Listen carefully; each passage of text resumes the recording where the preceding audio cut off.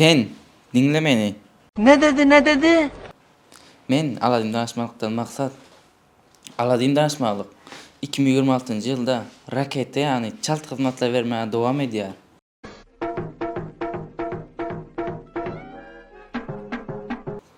Senem şu raket yani hizmetlerden peydalanmak istesen gel Aladin danışmanlıkta biz garaşyaz.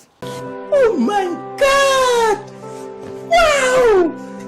Sebebi sen Türkiye devletine rabotçu vize, çalışma vizin ve student vize bilen gelen bolsan. Vaqtlayın yaşayış ruhsatname almana kanun taydan kömek ederiz. Gel senem bu hizmetlerden giňişden peydalan.